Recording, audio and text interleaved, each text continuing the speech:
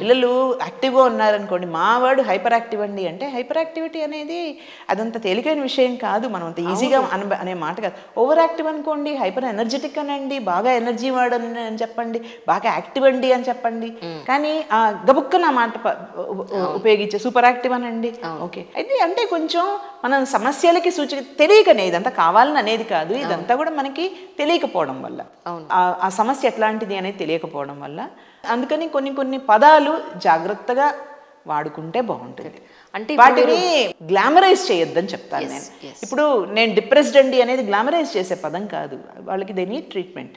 Glamorise చేయొద్దు. మనం కొన్ని పదాలని సమస్య ఉన్నప్పుడు దాన్ని డిగ్లామరైజ్ చేయక్కర్లేదు, కానీ సమస్యల్ని గ్లామరైజ్ కూడా చేయక్కర్లేదు. అదేదో గొప్ప అన్నట్టుగా కూడా మనం మాట్లాడక్కర్లేదు. సమస్య అంటూ ఉంటే మానసిక నిపుణులు ఉన్నారు. ఇందాక నేను ఈ విషయంలో మాట్లాడుతున్నప్పుడే మనం డైవర్ట్ అయ్యాం. శారీరక ఆరోగ్యం ఎంత ముఖ్యమో మానసిక ఆరోగ్యం కూడా అంతే ముఖ్యం. కరెక్ట్. సో ఎవరి దగ్గరికి వెళ్ళాలి, ఏ విధంగా మనం జ్వరం వచ్చినా ఏముందిలే ఒక పారాసిటమాల్ వేసుకుంటే తగ్గిపోతుంది అన్నప్పుడు ఒక్కొక్కసారి అది సరిపోకపోవచ్చు. కరెక్ట్. అలా మనం నిర్లక్ష్యం చేసుకోవద్దు. మనం స్ట్రెస్లో ఉన్నాము అన్నప్పుడు ఓకే, దానికి తగ్గ కోపింగ్ ఏం చేసుకోవచ్చు, నా పరిధిలో నేను ఏం చేయొచ్చు, ఇలా మనం కొంచెం ఆలోచించి అవసరమైతే కనుక కొంచెం కౌన్సిలింగ్ ఇస్ ఫర్ నార్మల్స్. మన లాంటి వాళ్ళ నార్మల్గా ఆలోచించే మనుషులకి ఒక్కొక్కసారి మనకు ఉన్నటువంటి సమస్య వల్ల మనకి క్లౌడింగ్ వచ్చేస్తుంది. మబ్బు గమ్మినట్టుగా మనం కన్ఫ్యూషన్లోకి వెళ్తాం. అట్లాంటప్పుడు ఏమవుతుంది, మన క్లౌడింగ్ ఏదైతే ఉందో మనమే క్లియర్ చేసుకోగలం దాన్ని. కరెక్ట్. అందుకు కౌన్సిలింగ్ దోహదపడుతుంది. కరెక్ట్. కౌన్సిలర్ల దగ్గరికి వెళ్ళినంత మాత్రాన అది తప్పేమీ కాదు, అదొక నేరమో ఘోరమో అంతకంటే కాదు. కరెక్ట్. జ్వరం వస్తే డాక్టర్ దగ్గరికి వెళ్ళడానికి ఎట్లా అయితే సందేహించమో, మనకి ఏదైనా మానసికమైన సమస్య ఉంది అని మనకు గట్టిగా అనిపించినప్పుడు, మన కుటుంబం మన జీవన విధానాన్ని అది ఎఫెక్ట్ చేస్తున్నప్పుడు ఒక మానసిక ఆరోగ్య నిపుణుల దగ్గరికి వెళ్ళడానికి కూడా మనం సందేహించక్కర్లేదు. ఇందాక మీరు మాట్లాడారు నేను టీచింగ్ సైడ్ వెళ్ళాను అని, అంటే ఇప్పుడు 1-to-1 పేషెంట్స్ చుట్టలేదా మీరు? నేను అసలు కన్సల్టేషన్లో ఎప్పుడూ లేనమ్మా, నాది సర్వీస్ ఎక్కువ భాగము. నేను కేసెస్ టేకప్ చేసేదాన్ని చాలా ఏళ్ళ, కానీ నేను ఇప్పుడు ఫుల్ టైమ్ టీచింగ్లో ఉన్నాను. అప్పుడు పార్ట్ టైం చేసేదాన్ని టీచింగ్, ఇప్పుడు ఫుల్ టైం టీచింగ్లో ఉన్నాను. నేను కేసెస్ అంటూ కన్సల్టేషన్గా నేనేం టేకప్ చేయను, కానీ ఫోన్లలో మాట్లాడుతుంటారు, టెలి కౌన్సిలింగ్ అది ఇస్తూ ఉంటాను. సాధారణంగా నాకు కొంచెం మంచి నెట్వర్క్ ఉంది కాబట్టి, నేను హైదరాబాద్ ఇక్కడ మనిషిని కాబట్టి నాకు మంచి నెట్వర్క్ ఉంది కాబట్టి రెఫర్ చేస్తూ ఉంటాను. నాకు తెలిసిన మంచి సైకాలజిస్ట్, సైకాట్రిస్ట్ ఉన్నారు, వాళ్ళకి రెఫర్ చేస్తాను. అవసరాన్ని బట్టి, రెలవెన్స్ని బట్టి రెఫర్ చేస్తూ ఉంటాను. టీచింగ్ అంటే ఇప్పుడు ఎందులో చేస్తున్నారు రైట్ నౌ? నేను యూనివర్సిటీ ఆఫ్ హైదరాబాద్లో సెంటర్ ఫర్ హెల్త్ సైకాలజీకి I'm the head and professor. I'm a professor and head. That's excellent. University of Hyderabad lo Center for Health Psychology antaru. School of Medical Sciences lo adoka bhagam unit. Danlo I am the professor and head. So more research point of view lo untaru. నేను research చేస్తాను. Research projects ఉన్నాయి. Already నా దగ్గర ఒక 5 awarded PhDs ఉన్నాయి. ఇంకా PhD చేస్తున్న వాళ్ళు ఉన్నారు. అది కాక రీసెర్చ్ చేస్తాను నేను. నాది కౌన్సిలింగ్ సైకాలజీ, ఇంటర్వెన్షన్స్ మీద బేసిక్గా నేను సాధారణంగా దృష్టి ఎక్కువ పెడతాను. అది కాక psycho oncology, cancer related issues, geriatric health, వృద్ధుల మానసిక ఆరోగ్యం గురించి, తర్వాత విమెన్స్ హెల్త్, ఆక్యుపేషనల్ హెల్త్, అంటే ఆర్గనైజేషన్స్లోను వాటిల్లోనూ ఇలాంటివన్నీ కూడా నా ఆ ఏరియాస్లో వర్క్ చేస్తున్నాను నేను. రీసెర్చ్ అనమాట. అంటే మీ ఉద్దేశం ప్రకారం ఒక 60 ఏళ్ళు వస్తే వృద్ధులు అని అంటున్నారా, 70 ఏళ్ళు వస్తే అంటున్నారా? అదే మనం ఎందుకు లేని అందం, age is only A number అంటున్నారు కదా. అదే కదా. మీరు WHO ఇది చూసుకోవాలి. మీకు అథెంటిక్ సీనియర్ సిటిజన్షిప్ అంటే మీరు WHO అట్లాంటివి స్టాండర్డ్ సైట్స్లోకి వెళ్ళి చూడాలి మీరు. కాకపోతే మనం మామూలుగా మాట్లాడుకుంటున్నాం కాబట్టి, సాధారణంగా మాట్లాడుకుంటున్నాం కాబట్టి age is only A number. Correct. మా నాన్నగారు 80 ఏళ్ల వయసులో, మా నాన్నగారు మీకు తెలుసు కాబట్టి చెప్తున్నాను, మా నాన్నగారు 80 ఏళ్ల తర్వాత కూడా ఆయన పుస్తకాలు రాశారు. రోజుకు దాదాపుగా 7-8 గంటలు కంప్యూటర్ ముందు కూర్చొని తనే టైప్ చేసుకునేవారు. 7-8 గంటలు కంప్యూటర్ ముందు కూర్చొని తనే టైప్ చేసుకునేవారు. వాళ్ళ జనరేషన్లో కంప్యూటర్ ఇప్పుడు మనకి అలవాటు అయినట్టుగా వాళ్ళకి లేవు, మీకు అలవాటు అయినట్టుగా వాళ్ళకి లేవు. ఆయన నేర్చుకొని తెలుగు లిపి డౌన్లోడ్ చేసుకొని అందులో సాఫ్ట్వేర్ పెట్టించుకొని ఆయన పుస్తకాలు ఆయన టైప్ చేసుకున్నారు. ఆయనకి క్యాన్సర్ డయాగ్నోసిస్ అయిన తర్వాత మా నాన్నగారికి ఆయన నాకు టైం లేదు అనుకొని కనీసం 5-6 పుస్తకాలు తీసుకొచ్చారు ఆయన పోయేలోపు. 5-6 ఆయనకి పూర్తిగా కాగ్నిటివ్ ఫ్యాకల్టీస్ అన్ని వీక్ అయిపోయే వరకు ఆయన రాస్తూనే ఉన్నారు, చదువుతూనే ఉన్నారు, టైప్ చేసుకునేవారు.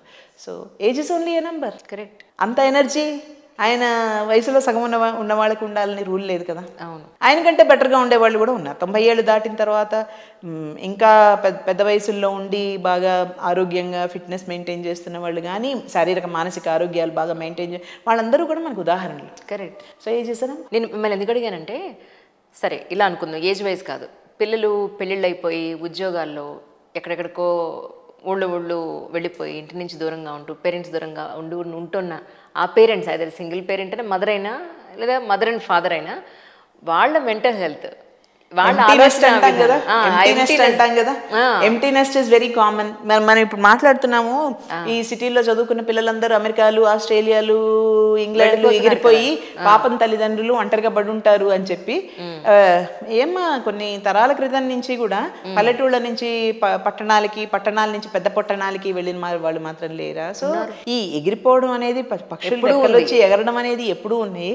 కాకపోతే అవి గుళ్ళకి తిరిగి చేరుకుంటూ ఉండేవి, ఇప్పుడు గుళ్ళకి పెద్దగా ఎక్కువగా చేరుకోవు, అందుకని ఎంప్టీనెస్లు ఎక్కువ అయిపోయినాయి. సో ఇప్పుడు పెద్దగా వాటికి టైం ఉండదు. ఇప్పుడున్న పక్షులకి పిల్ల పక్షులకి అంత టైం లేదు.